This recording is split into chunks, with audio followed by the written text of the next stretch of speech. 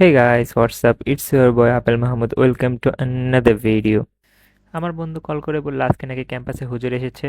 তো আমিও তাড়াতাড়ি চলে গেলাম, দেখি কোন হুজুর। প্রচুর বিখ্যাত, আমি ইউটিউবে দেখলাম না, আসলে তিনি প্রচুর বিখ্যাত। তাই ভাবলাম একটু দেখা করে আসি।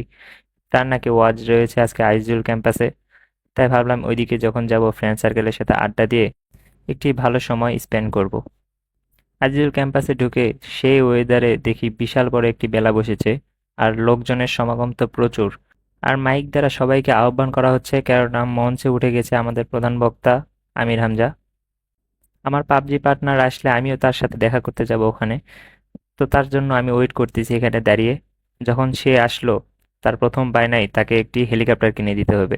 যেহেতু পাবজিতে আমার হেলিকপ্টার রয়েছে কিন্তু তার কোনো হেলিকপ্টার নেই, তাই সে বায়না করেছে আমাকে রিয়েল লাইফে হেলিকপ্টার কিনে দিতে হবে। তোমার থেকেও আমারটা রিয়েল লাইফে উঠবে, আর তোমারটা তো রিয়েল লাইফে নয়। তাই কি আর করার, তাকে একটি হেলিকপ্টার কিনে দিয়ে হুজুরের দিকে দেখা করতে যাব।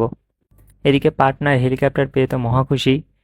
আর বিল পেমেন্টের পর সে যখন আমার মানিব্যাগ দেখে, তখন সে মনে মনে বলতেছে কি, भाई मजा आया। তারপর এখান থেকে হেলিকপ্টার নিয়ে আমরা সোজা চলে যাই হুজুর যেখানে বক্তব্য দিয়েছে সেখানে। কিন্তু আমি চিনতেছিলাম না, কিন্তু সে ঠিকই চিনে। সে বলতেছিল ওই ওখানে হুজুর বসে আছে। তাই আমিও দেখতে পেলাম দূর থেকে ওখানে হুজুর বসে গিয়েছে।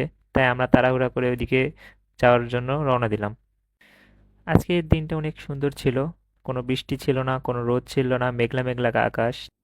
তাই সকলে মিলে চলে এসেছে বক্তব্য শোনার জন্য। আমরাও চলে এসেছি, কিন্তু ভাগ্যক্রমে আমরা কোনো সিট পাইনি, বা দূর থেকেও দেখার কোনো সম্ভাবনা ছিল না। তাই আমরা অল্প দেখে করে আমরা আবার চলে যাই মেলার দিকে। মুরব্বি মুরব্বি পার্টনারের সাথে একটু মজা করার পর আমরা চলে আসি মেলার দিকে, কারণ আমরা জায়গা পাচ্ছিলাম না। আর ওয়েদারটা দেখেই মনে হচ্ছিল আজকে ওয়েদারটা সেই। আর দূর থেকে হুজুরকে দেখতেছিলাম, তবে কাছ থেকে দেখার কোনো সম্ভাবনা ছিল না। তাও জুম করে একটু একটু করে দেখা ট্রাই করতেছিলাম। তবে এখানে এমন পরিমাণে মানুষ জমেছে যা বলার মতো নয়। হুজুরের ভক্ত যে এত, তা এখানে সরাসরি চোখ দিয়ে না দেখলে বিশ্বাস করার মতো নয়। হুজুরকে দেখার জন্য দূর দূরান্ত থেকে লোকেরা চলে এসেছে তাদের মুখ থেকে একটু বক্তব্য শোনার জন্য। এরা দেখে খুবই ভালো লাগলো যে ইসলামের জন্য এখনো মানুষ প্রচুর পাগল রয়েছে। তবে হুজুরের বক্তব্য শুনতে শুনতে কখন যেন রাত হয়েছে টেরই পাইনি। তাই তাড়াহুড়া করে ওখান থেকে চলে আসলাম, কারণ রাতের মধ্যে আমার মেসের মধ্যে ঢুকতে হবে। তাই তাড়াতাড়ি উঠে গেলাম একটি অটোরিকশার মধ্যে।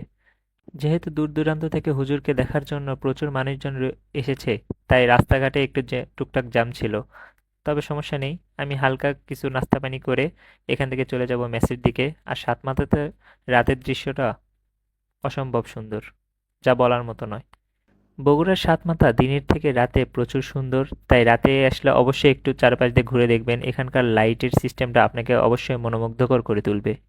তবে টিপটিপ বৃষ্টি পড়ার জন্য আমি বেশিক্ষণ সাতমাথায় থাকতে পারিনি, এই জন্য তাড়াতাড়ি চলে আসছি ম্যাচের দিকে। বৃষ্টির জন্য আপনাদের সাতমাথা না ঘুরিয়ে দেখাতে পারলেও নেক্সট টাইম অবশ্যই দেখাবো ইনশাল্লাহ। আজকের জন্য এই পর্যন্তই। আল্লাহ হাফেজ।